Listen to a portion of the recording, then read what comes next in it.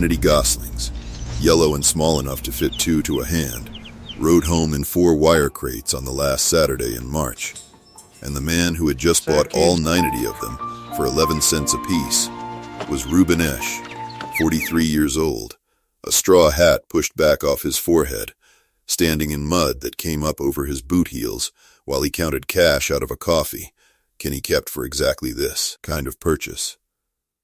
The Bontrager hatchery was closing its goose line for good, the owner said, because nobody raised geese anymore, not for meat and not for feathers and not for anything else, and what was left of the spring hatch was going for whatever it would bring before Monday, when the incubators came out and something more profitable went in their place. Dale Kessler was there too, loading chick starter for his own operation, the biggest produce and grain farm in Belhaven Township, and he watched Reuben work through the crates with the particular attention of a man who has never once in his life bought something he could not immediately explain the use of. What none of the men in that lot noticed, because there was no reason to look closely at birds bound for somebody's stew pot, was that Reuben spent a full 20 minutes culling through those crates before any money changed hands, setting aside the gray mottled ones, passing twice over the solid white ones, and asking the hatchery man a single question before he paid, which was whether the birds were out of Toulouse stock or out of Emden, and the hatchery man had to walk back and check the hatch cards, because in 11 years running that goose line nobody had ever asked him that before. 90 geese, Reuben, Kessler said, loud enough that 3 or 4 other men loading trucks turned to listen. Is that what you're calling that? You planning on eating your way through winter? Or you just like the sound they make? A couple of the men laughed, not unkind exactly, the way men laugh at a joke that costs the target nothing but a little air. Reuben did not answer. He latched the last crate, thanked the hired driver who would haul them the rest of the way home behind his own spring wagon, climbed up onto his seat, and when Kessler called out once more, "There'll be somebody's dinner by August, mark it down," Reuben only lifted a hand, not quite a wave, and clicked to the horse. That was the whole of it that morning. 90 geese, 11 cents apiece, a joke that would follow him clear through the spring, and a question about breeding lines that nobody thought twice about, not even Reuben. Not out loud. Hit that like button. Drop your city in the comments. I want to know where you're watching from tonight. Now, let's begin. Belhaven Township sat in the kind of county where the produce auction ran every Tuesday from May to October, and where the Amish farms and the English farms shared the same gravel roads and the same weather, and mostly the same troubles, differing mainly in what sat in the barn and what did not. Reuben Esch had been born on the farm he still worked, on Lance Hollow Road. 40 acres his grandfather had cleared, and his father, Levi Esch, had spent 34 years shaping into 8 acres of onions, strawberries, and asparagus along the creek bottom, and the rest in hay and corn for the horses, and a dozen milking cows that paid the taxes. Levi had died 8 years back, quietly, in the way old farmers tend to die, found in the barn one January morning by Reuben himself, and the farm had passed to Reuben the way such things pass in that community, without ceremony, without a reading of any will beyond what was already understood. 3 years after that, Reuben's wife Sarah had died as well, the year he did not talk about, and what was left of him afterward worked the same ground with 2 children still young enough to need watching more than helping, which meant that a farm that had once run on Levi's 2 hands and Levi's patience now ran on Reuben's 2 hands alone, stretched thinner every season. The onions and the strawberries and the asparagus were the part of the farm that showed the strain first, because vegetables do not wait the way hay does, and weeds in an onion row will take the whole crop inside of 3 weeks if a man cannot get to them. And Reuben, alone with a boy of 9 and a girl of 7 at the house, increasingly could not get to them. 2 years after Sarah, without much discussion and without much pride in it either, Reuben had started hiring an English contractor named Wendell Pruitt to run a boom sprayer down his vegetable rows twice a season. The same pre-emergent and post-emergent combination Dale Kessler used on 400 acres and half the growers at the Tuesday auction used on whatever they had. And it worked, in the sense that it kept the rows clean enough to harvest. And it cost him $140 an acre a season, across 8 acres, which was money he did not have much slack for. And it was also, though he never said this to anyone, not the way his father had ever kept that ground. Levi Esch had walked those rows on his knees with a hoe until he was 61 years old, and had never once in Reuben's memory paid an outsider to spray anything, and there was a particular quiet that settled over Reuben on the evenings the sprayer truck came through. A quiet that had nothing to do with the chemical smell, and everything to do with the sense that he had let something slip that his father had held on to his whole life. That was the specific problem Reuben carried into that march, unexamined and unargued, the kind of thing a busy man simply does, rather than decides, until a slow week in February gave him a reason to look at it directly. Sarah had left the good clock repaired, and Reuben had left the house quiet enough some winter evenings that he found himself, for the first time since the funeral, going up into the attic to sort through boxes he had never opened, boxes that had been his father's, and among the tools and the seed catalogs and a coffee tin of buttons he found 4 cloth-bound journals, Levi Esch's own hand filling every page in a slanted, economical script, dated entries running back better than 3 decades, the kind of daily farm record that plenty of men in that community kept, and almost nobody's children ever read past the first page. Reuben read all 4 of them that winter, by lamp, most nights after the children were down. Not because he expected to find anything in particular, but because it was, he came to understand later, the only way left to spend an evening with his father, and it was in the second journal, dated a year Reuben had not even been born yet, that he found the entry that would end up mattering more than any other page in the house. March the 2nd, it read. Bought 4 geese off the Zimmerman place for the strawberry patch, cost near nothing. 4 for $1 and the fellow glad to be rid of them. Weeded the patch better than my own hands could by June. Ate the grass and the pigweed down to the dirt, and never touched a berry, on account of a goose won't bite into anything with sharp flavor to it, which strawberries don't have, but pigweed and grass do have plenty of. A man can spray a field clean for a season. A goose keeps it clean, and asks for cracked corn instead of cash. Writing this down because it is worth remembering, and because sprays being what they are, there could come a day nobody has the use of them anymore. And somebody ought to know the old way still works when that day comes. Reuben read that entry 3 times the first night he found it, and then several more times over the following weeks, the way a man reads something that has quietly rearranged a piece of his thinking without his permission. He did not act on it right away. That spring passed, and the sprayer truck came through again, and Reuben paid Wendell Pruitt his $140 an acre, and said nothing to anyone about a 30-year-old journal entry concerning geese. But he kept reading, that year and into the next, borrowing what books the township library would send out with a hired driver, writing 2 separate letters to an old poultry man in the next county, who still kept a small flock of Toulouse geese for meat, and had, as it turned out, grown up on a farm that had used weeder geese in the onion fields in his own father's time.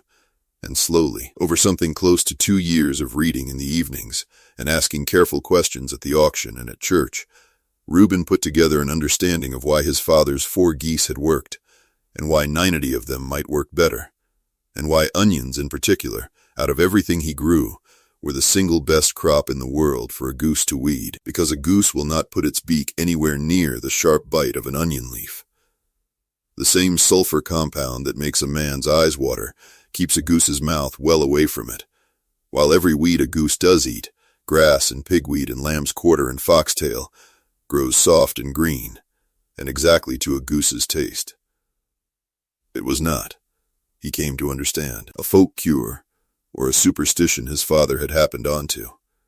It was documented, old, and forgotten, mainly because chemical weed control had made it unnecessary for 2 generations of farmers who never had reason to learn it, and being unnecessary was not the same thing as being wrong, which was a distinction that mattered a great deal to how Reuben thought about most things. Being finished was different from being worthless, and both were different from simply being unused.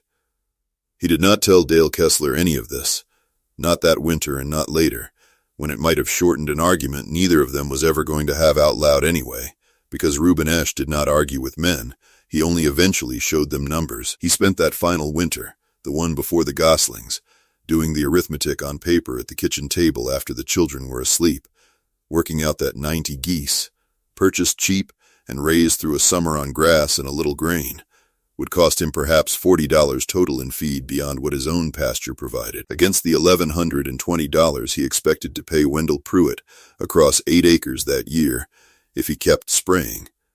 And even if the geese only weeded half as well as his father's 4 had, the arithmetic still worked in his favor, which was the only kind of argument Reuben had ever found persuasive.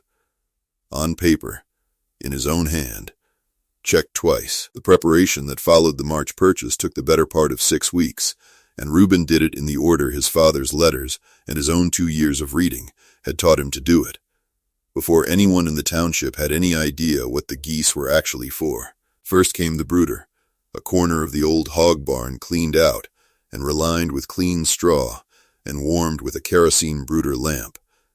Because young goslings cannot regulate their own heat any better than a chick can, and 90 of them crowded wrong will smother each other in a single bad night.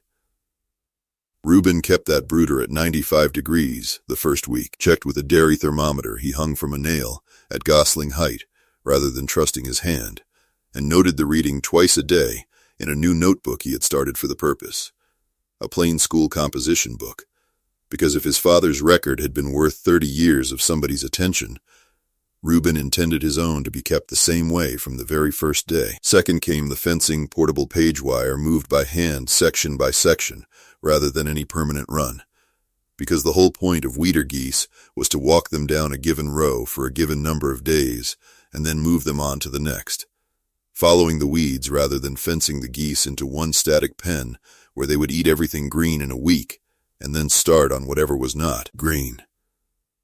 Third came the water, hauled by hand from the yard pump into galvanized tubs set at the end of each row, because a goose that cannot get to water within a reasonable walk will simply stop foraging and start complaining, loudly, and a goose's complaint carries clean across a farm.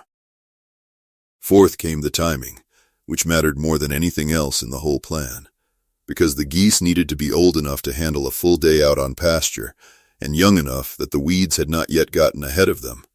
And Reuben had worked backward from his father's March the 2nd date and the extension bulletins he had borrowed to land on, late April, as the week he would first turn the flock loose in the onion rows, which meant the 90 goslings spent all of April in the brooder and the near paddock, growing from something that fit in 2 hands into something that came up past a man's knee, eating layer starter and then a grower ration, and pulling at whatever grass came up green around the barn, while Reuben watched them the way his father's journal had told him a man ought to watch anything he meant to depend on later. He lost none of the 90 in the brooder, which the old poultry man in the next county told him by letter was better than most people managed, and by the last week of April, standing at the near paddock gate with his notebook in hand, Reuben wrote the entry that would mark the true beginning of the whole thing. April the 3rd, he had written weeks earlier, 90 goslings arrived from the Bontrager hatchery closeout, 11 cents apiece, $7 total less than 1 bag of seed corn would have cost. And now, in the last days of April, he added a second line beneath it, in the same plain hand his father had used 3 decades before him. April the 28th. First morning on the Onion Road. God willing, they do what the book says they'll do. That was as close as Reuben Esch ever came, in 8 months of record-keeping, to writing down a hope instead of a fact. And it was the first time the whole plan stopped being arithmetic on a kitchen table and became 90 live birds walking, single file behind a big gray gander Reuben's children had already started calling Deacon on account of the stiff, upright way he carried himself down a row, as though he alone among the 90 understood the gravity of the work.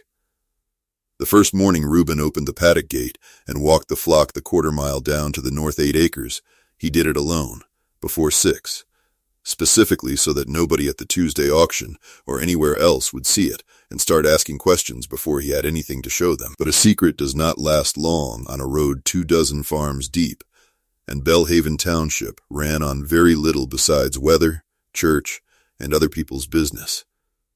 By the second week of May, half the county had heard some version of it, and the version that had traveled furthest by the time it reached the counter at Dietz Farm Supply, where Carl Dietz sold feed and fence wire and ran an unofficial clearinghouse for whatever gossip came in with the customers, was considerably stranger than the truth. Reuben Esch has got geese out there instead of a hired man, Carl Dietz said to whoever was standing at the counter that Thursday, which happened to include Nadine Pruitt, who ran the little diner attached to the auction pavilion and heard everything twice, once from the buyers and once from the growers. Geese instead of a hired man, Nadine said. That's what I heard. 90 of them, Carl said. Somebody said 100, Nadine said. Ivan Stoltzfus, Reuben's nearest neighbor down the road, had come in for fence staples and stood listening with the patient half-smile of a man who actually knew a little more than the two of them and intended to let them work for it. He's not paying Pruitt to spray this year, Ivan finally said. Told me himself. Says the geese will do the weeding. Well, Carl Dietz said, and let out a short laugh through his nose. That's one way to lose an onion crop I never thought of before. Dale Kessler came in not 20 minutes later for a load of fence posts and got the full version secondhand within about 90 seconds of walking through the door, and where Carl and Nadine had mostly been curious, Kessler was something closer to certain. I saw the birds, he said. Drove past there Tuesday. They were standing around in the row looking about as useful as lawn ornaments. A goose does not know an onion from a weed, Kessler said, and it never will, because a goose is a goose. And by August, that whole patch is either going to be bare dirt from geese trampling it flat, or solid pigweed from the geese sitting there doing nothing. And either way, Reuben Esch is going to be buying his onions at the very auction he used to sell them at. That's a hard thing to say about a neighbor, Ivan said, mild as ever. It's not hard if it's true, Kessler said. Somebody ought to tell him where this ends. Somebody did tell Reuben, more than once, over the following weeks, at church and at the auction, and once directly from Kessler himself, who stopped his truck on Lance Hollow Road one evening specifically to lean out the window and deliver the line that would follow Reuben clear through the summer, and end up, by mid-June, shortened by the township into a nickname. You and your goose farm, Kessler said, half a grin on him. No real heat in it. Not yet. Reuben, walking the fence line with a coil of wire over his shoulder, only said, "We'll see come harvest," and kept walking, and that was the entire exchange. But it was enough that within a week the whole township had started calling the North 8 Acres the Goose Farm. Sometimes, to Reuben's face, meant more or less kindly, and sometimes among themselves at the auction pavilion meant as something closer to a diagnosis. The Goose Farmer, they called him at first, and then simply the Goose Man, a nickname Reuben never once commented on, and his own children, overhearing it, took to using themselves at the supper table, more with pride than embarrassment, because a 9-year-old boy does not experience having 90 geese as a humiliation, the way a grown man watching his margins might. Reuben himself absorbed all of it the way he absorbed most things directed at him, without argument, and largely without visible reaction, and the single habit that told anyone who knew him well that the talk registered at all was that he began. That May, writing slightly longer entries in his notebook some evenings, not about the geese themselves, but about the weather and the row counts and the price of feed. Entries that read, if a person looked closely, like a man building a case in writing that he had no intention of arguing out loud. He was, in fact, honest in that same notebook about exactly how badly the first weeks went, because his father's example had taught him that a record which only wrote down the good news was not a record at all. It was advertising. And Reuben had no interest in advertising to an audience of one composition book. May the 3rd, he wrote, 11 geese gone in the night, fox by the tracks along the creek, got in under the page wire where it crossed the low ground, and I had not staked it tight enough. 79 left.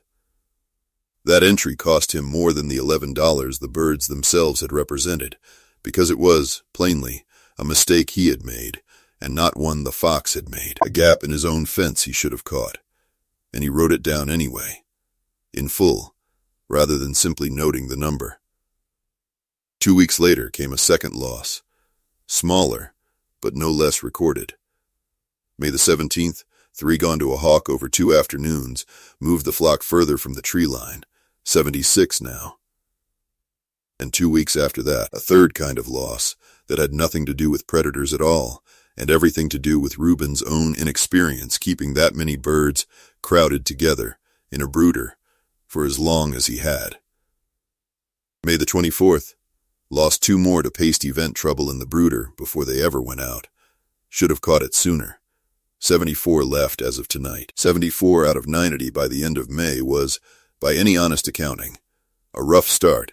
16 birds gone inside of 2 months, and at the Tuesday auction that week the number traveled the way numbers do in a small township, growing slightly with each telling, until Nadine Pruitt was repeating a version in which Reuben Esch had lost 30 geese to foxes alone, and Carl Dietz was telling customers, not unkindly, that it sounded like the geese were disappearing faster than the weeds were.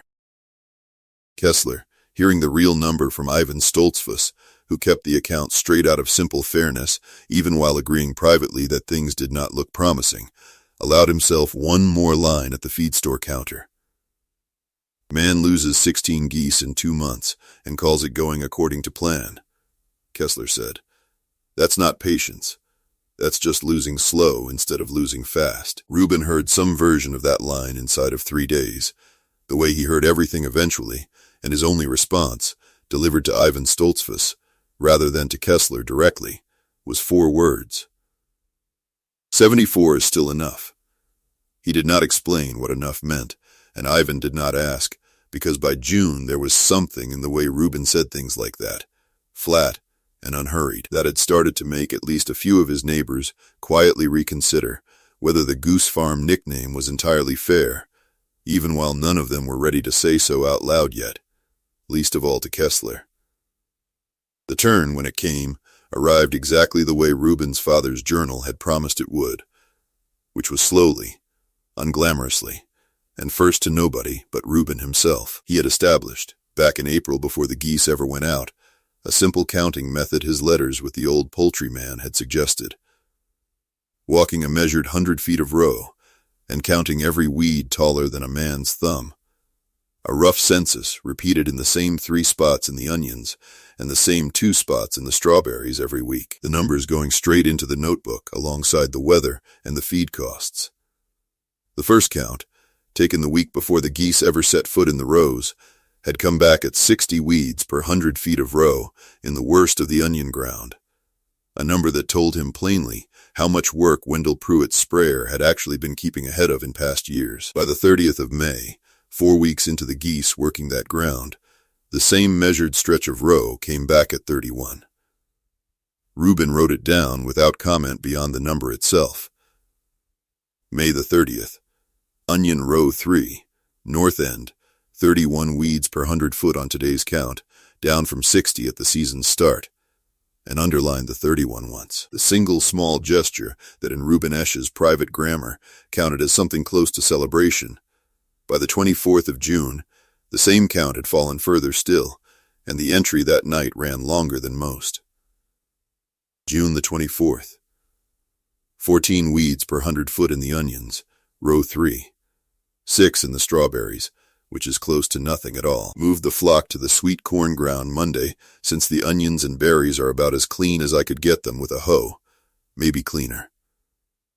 Deacon walked the whole line this morning, like he already knew where we were headed before I opened the gate.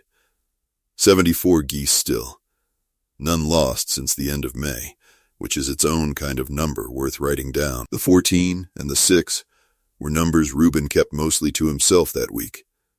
Not from secrecy exactly, but because he had learned, over a lifetime in that township, that results announced too early only invited an argument before there was anything to argue about, and he preferred, as always, to let a number speak for itself once it was finished speaking. But numbers of that kind do not stay private long in a farming community. mainly because other people's rows are visible from the road. And by the first week of July, driving past the Esh place on the way to the auction, a person could see for themselves that the strawberry patch and the onion ground along Lance Hollow Road looked, from 40 feet away, essentially weedless, while Kessler's own onion ground 2 miles further on, sprayed on schedule same as always, carried a visible haze of pigweed along the field edges where the pre-emergent had missed a strip during application, an ordinary imperfection that nobody had thought twice about in past years, because every field had a strip like that somewhere. It was around this time, the second week of July, that the county extension office sent out a specialist named Diane Farrow to look at 3 or 4 farms in the township as part of a routine survey the office ran most summers, checking soil moisture and pest pressure and, that year specifically, weed competition data for a state report on integrated pest management, a term Diane herself explained to Reuben in plain enough words the first time she met him at the end of his lane, standing beside her state truck with a clipboard and a soil probe. Integrated pest management just means using more than one tool instead of only the one tool, she said. And half the growers I talk to use exactly one tool for everything, which works fine until the one tool stops working for some reason, and then they've got nothing else to reach for. Reuben had heard through Ivan Stoltzfus that Diane was coming through the township that week and had said nothing about his own ground, letting her arrive the way any extension visit arrived, unannounced as to purpose beyond the survey itself. And when she walked his north 8 acres with her own 100-foot tape and her own weed count, checking her numbers independently before he ever showed her his notebook, she came back with a count of 5 weeds per 100 foot in the onion ground, close enough to Reuben's own most recent count of 6 that she made a small sound of surprise standing there in the row. That's a lower pressure count than anything else I've measured in this township so far this year, Diane said, including 2 farms running a full commercial spray program. What have you got going on here? Reuben told her plainly, the way he told anyone anything. Geese, 90 of them at the start, 74 now, walked in rotation through the rows since the last week of April, and showed her, when she asked, the notebook itself, the weekly counts going back to before the geese ever went out, the feed costs, the 2 predator losses recorded honestly with dates and numbers rather than folded into some vaguer total. Diane Farrow read through several pages standing right there in the row, and what struck her most, she said later to her own supervisor, was not the weed count itself, low as it was, but the fact that the record had been kept at all, consistently, including the failures, which in her experience was rarer among growers using an unconventional method than among growers using a conventional one, because most people only wrote down the numbers that made them look right. You've documented this better than most of the licensed applicators I audit, Diane told Reuben, standing in his onion row with her clipboard, and Reuben, who did not know quite what to do with a compliment of that specific shape, said only, "My father kept a record like this. Seemed worth keeping up." Diane asked if she could take copies of a few of the weekly counts for the state report, and Reuben said she could, and that exchange, small and procedural as it was, would turn out 6 weeks later to matter a good deal more than either of them expected that afternoon, though neither one had any way of knowing it yet. Standing there in July with the onions clean around their boots and the geese moving in a loose gray line further down the row behind Deacon, who paused once to look up at the 2 of them with the flat, unbothered stare of a bird, entirely satisfied with his own morning's work.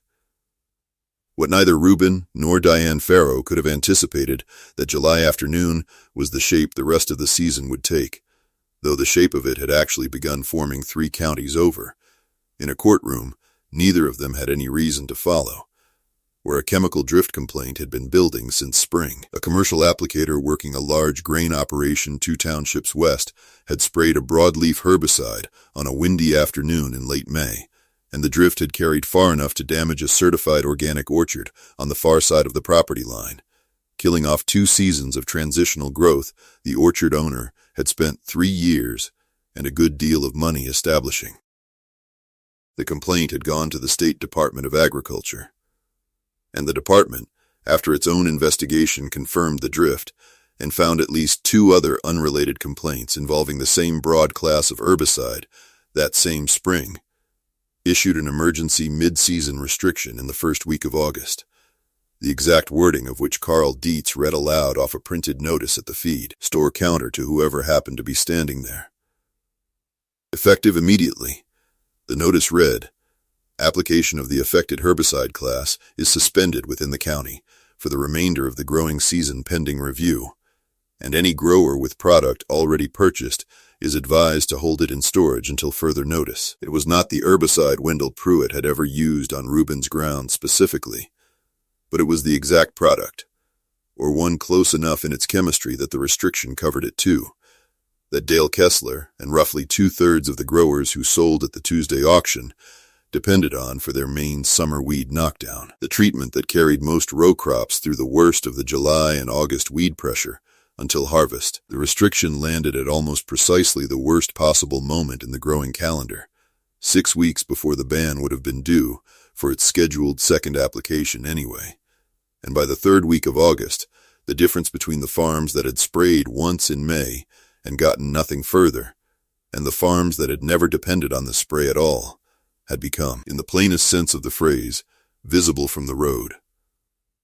Kessler's own onion ground, which had looked merely imperfect in July, was by late August carrying a solid green flush of pigweed and lamb's quarter through nearly 1/3 of its acreage, weeds tall enough in places to shade the crop rows themselves, and 2 other growers who sold at the Tuesday auction were in worse shape yet. Having lost entire sections of late sweet corn to grass competition, they had no remaining chemical tool to address, and no crew of hand labor large enough to weed by hoe on that scale in the time left before frost.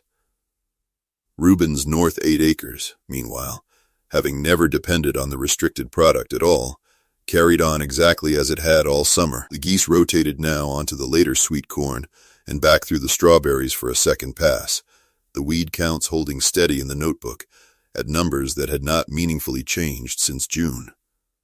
August the 19th, Reuben wrote that week, 7 weeds per 100 foot in the onions, 5 in the strawberries. Geese moved to corn Tuesday. Ban does not touch us here, since we were never using what got banned. Wrote to father in my head today, thinking on his line about a day coming when sprays might get taken away, and somebody ought to know the old way still works. Did not expect to see that day. Here it is, that entry, private as it was meant to be, described in plain terms a contrast that the entire township could by then see for itself without needing Reuben's notebook at all, because the Tuesday auction that 3rd week of August ran on very little else as a topic of conversation. You drive past the Esch place, and then past Kessler's, Nadine Pruitt said behind the diner counter, and it's like driving between 2 different summers. Carl Dietz, weighing produce crates for growers coming through, put it more plainly still to a customer asking about the price difference between 2 lots of onions that week. "These here came off ground that never got sprayed all year," he said, gesturing at Reuben's crates. "Cleaner bulbs, less cull, and there's your reason the price is what it is." Ivan Stoltzfus, delivering his own hay that week, found himself fielding the same question from 3 separate people at the pavilion, all of them wanting to know essentially the same thing in slightly different words, whether it was true that the gooseman's whole patch had come through the ban clean while everybody else's ground was choking on pigweed, and Ivan, who had watched the whole season unfold at close range from the next farm over, answered each of them the same way. "It's true," he said. "I've walked it myself. Whatever you want to call what he's doing out there, it isn't luck, because luck doesn't keep a notebook for 4 months straight." It was into this exact atmosphere, the last week of August, with the contrast between the 2 farms, now the single most discussed fact in Belhaven Township, that Diane Farrow returned, this time not for a routine survey, but because her state report, the one Reuben's weekly counts had contributed to back in July, had been finished and circulated, and one line in it, comparing weed pressure data across the farms she had surveyed before and after the emergency herbicide restriction, had drawn enough attention from her own supervisor that she had been asked to return and confirm the numbers a second time before the report went any further up the chain. She walked Reuben's rows again, with her own tape and her own count, found numbers essentially unchanged from July, 6 weeds per 100 foot in the onions, where Kessler's comparable ground, which she also measured that same week with his own reluctant permission, came back at better than 90, and she said to Reuben, standing at the end of his row with both sets of numbers in hand, that in 11 years doing this work she had never had cleaner before and after, data proving that a non-chemical method had outperformed a chemical one specifically because the chemical method had lost its tool and the other method never depended on having one. This is going in the report as a case study, she told him, and Reuben, characteristically, said only that he supposed that was fine, so long as it was accurate, and asked no further questions about what a case study might mean for him, because getting ahead of a result before it had finished arriving was not a habit he had ever practiced. The report Diane Farrow filed did more than sit in a county office, because state extension reports of that kind circulate to commercial buyers who track supply risk in a given region, and within 2 weeks of its filing, a produce buyer for a regional grocery chain named Grant Whitfield had placed a call to the extension office asking specifically about the farm described in the case study, the one that had maintained weed control and crop quality straight through a mid-season herbicide restriction that had visibly hurt every conventional grower nearby. Whitfield drove out to Lance Hollow Road himself the first week of September in a company truck, wearing a collared shirt entirely unsuited to walking a working row, and asked Reuben plain questions in the plain manner Reuben appreciated. How many acres? What rotation? What the geese cost to keep? Whether the yield held up as well as the weed count suggested it would. Reuben answered every question from the notebook itself, walking Whitfield down the row with the composition book open in one hand. The actual dated entries, rather than a summary of them. And Whitfield, reading a stranger's private farm journal for the first time, in what was clearly a long career of buying produce from people who mostly told him whatever made the sale, found himself unexpectedly moved by the sheer plainness of it. The honest 11 geese lost to a fox recorded right alongside the later good numbers, nothing smoothed over. We're always looking for growers who can guarantee a chemical-free product line with real documentation behind it. Not just a claim, Whitfield said, because our stores are seeing more demand for it every year, and most growers who say they qualify can't actually show their work the way you just did. He offered Reuben a contract that afternoon for the coming season, a set volume of onions and strawberries at 40 cents a pound over the standing wholesale rate the auction would otherwise pay, contingent on Reuben continuing the same weeding method and the same record-keeping.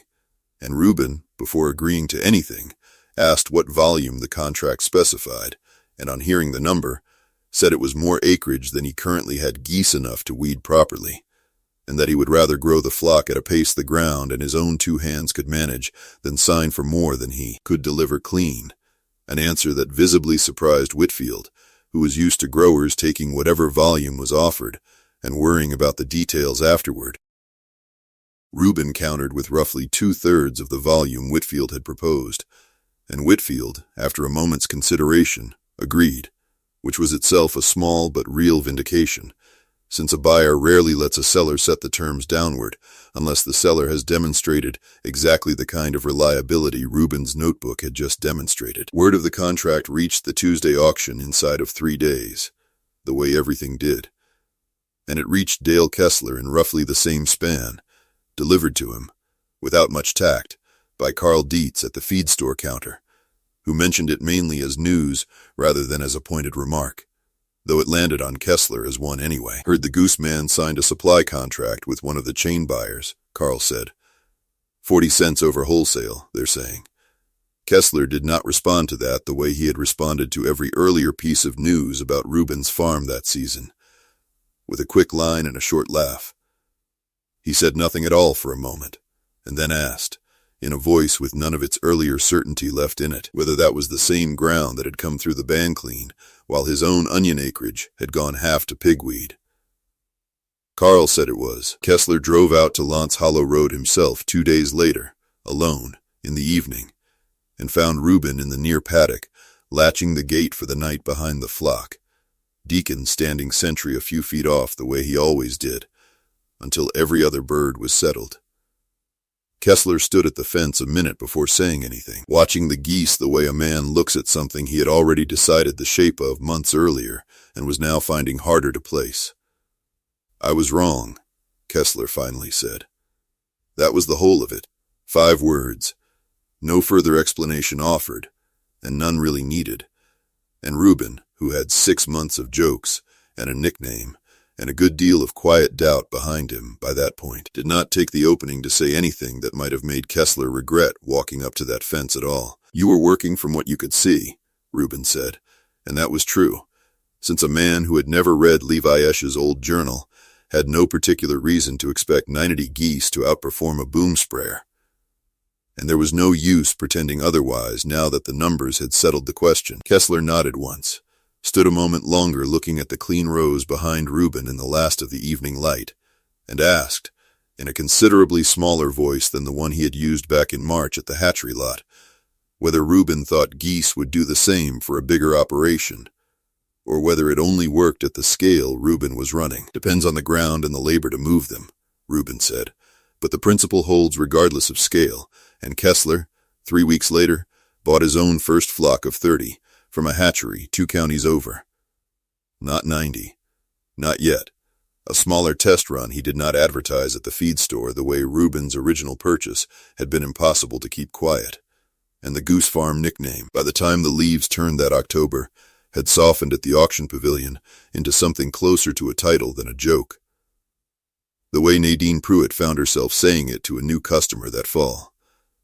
"That's Reuben Esch, the Goose Man, and it's worth knowing his onions are the ones to buy this year," in a tone that carried none of May's condescension left in it at all. By the time the first hard frost came through Bellhaven Township that year, the numbers Reuben had been carrying all season in the composition book had settled into their final shape for the year, and on a quiet evening in late October, with the children fed and the stove going, and the last of the season's harvest already sold under the Whitfield contract, Reuben sat at the kitchen table and did what his father's example had always suggested a man ought to do at the close of a season, which was total the whole thing up plainly, rather than simply remembering it in a general, flattering way.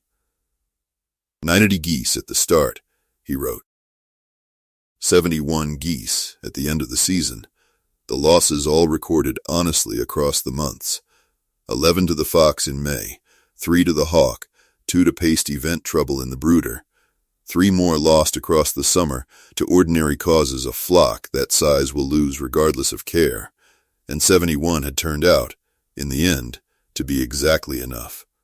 More than enough. Weeding 8 acres of onions and strawberries, and a stand of late sweet corn, down to weed counts that had never in the whole season climbed back above 15 per 100 foot after the first month, against a starting count of 60, and against a neighboring operation that, once its one chemical tool had been taken away by a band nobody saw coming, had no remaining answer at all. The contract with Grant Whitfield's chain had paid out, across the season, considerably more than what Reuben would have cleared, selling the same acreage at ordinary auction rates, minus the cost of Wendell Pruitt's spraying. And the arithmetic Reuben had first worked out at this same table 2 winters earlier. $40 in feed against $1,100 in spray contracts had turned out, if anything, to have understated the case in his own favor, since it had never accounted for a season in which the spray itself simply stopped being available to anyone at any price. It was around this same week, with the harvest in and the geese moved to their winter quarters near the barn, that Reuben's boy Eli, going on 10 that fall, asked him the question that Reuben had been half expecting all season, without quite knowing when it would come. They were walking back from the barn together in the early dark, the way they did most evenings that time of year, and Eli asked how the geese really knew, which plants to eat and which ones to leave alone, since nobody had ever taught Deacon or any of the others the difference between a weed and an onion, not the way a person would be taught such a thing. Reuben thought about the question a moment, the way he thought about most things before answering, and gave his son the same answer his own father's journal had given him, in slightly different words, the closest thing to a family thesis Reuben had ever spoken aloud to either of his children. "They don't know an onion from a weed, son," Reuben said. They just know what tastes right to a goose, and it happens that weeds taste right to a goose and onions don't. And your grandfather figured that out with 4 birds a long time before either of us came along, and wrote it down so it wouldn't get lost just because nobody needed it for a while. Nothing gets finished just because folks stop using it, Reuben said. It just waits on somebody to read the note. Eli did not entirely understand the fuller weight of that answer, being 9 years old, but he carried the geese and onions part of it around the schoolyard for weeks afterward, which was its own small kind of ripple, since 2 other families in the township, hearing the story secondhand from their own children, ended up asking Reuben directly that winter whether he would sell them a dozen goslings the following spring to try the same thing on their own ground. A request Reuben agreed to for both families at cost, keeping none of the margin for himself. On the reasoning, spoken plainly to Ivan Stoltzfus when Ivan asked why he'd priced it that way, that a method was only worth as much as it spread. That same evening, after Eli had gone up to bed, Reuben took down the second of his father's 4 journals from the shelf, where it had sat since the winter he first found it, opened it to the March the 2nd entry, one more time, read it through slowly the way he had that very first night years before, and then, in the same composition book he had kept faithfully since the previous April, wrote a final entry for the year, the one he had been building toward, in his own mind, since the day at the hatchery lot. My father wrote that a goose keeps a field clean and asks for corn instead of cash, and that somebody ought to remember the old way in case sprays ever got taken from us. This year they were. Ours held. 71 geese, 8 acres, and a contract with a buyer who wanted to see the proof before he'd believe it, and the proof was right here in these pages the whole time, same as his always was. Writing this down so my own children, or somebody else's, will have it when they need it, same as I did. He closed the notebook, banked the stove for the night, and went out one more time before bed, lantern in hand, to check the paddock gate, and count the flock by lamplight the way he did most nights that fall. More out of habit now than out of worry, Deacon rising first from among the others the way he always did, upright and unbothered, to meet the light. 71, Reuben counted, same as the evening before, and latched the gate, and went back inside to bank the fire and see about the morning. If this story found you at the right moment, share it with someone who's been told the old way they were raised on isn't worth the trouble anymore. Drop your city in the comments. Tell me where you're watching from. And if you've ever kept faith with something everyone around you had already written off, kept doing it quietly while people waited for you to fail, I want to hear about it. Every comment gets read.